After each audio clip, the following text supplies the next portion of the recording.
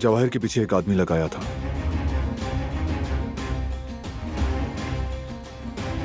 आगा, जवाहिर एक बड़ी तैयारी कर रहा है, बंदे ढूंढ रहा है। उसने मुझे भी ऑफर की है, लेकिन मैंने इनकार कर दिया।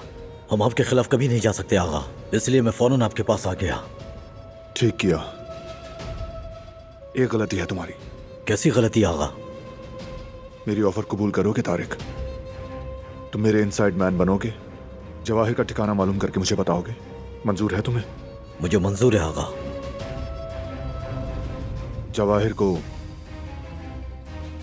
कल हमारी हवेली पे हमला करना था, लेकिन आखिरी लम्हे इत्तला मिली कि उसने कैंसिल कर दिया है। क्यों कैंसिल किया भाई? मुझे भी नहीं मालूम। अंदर से जैसे ही खबर आएगी मिलूंगा मैं उससे। ये जवाहिर तो हद से गुजर गया है। अब वो जिस बिल में भी छुपा बैठा है, हमें हर सूरत निकालना पड़ेगा बेटा।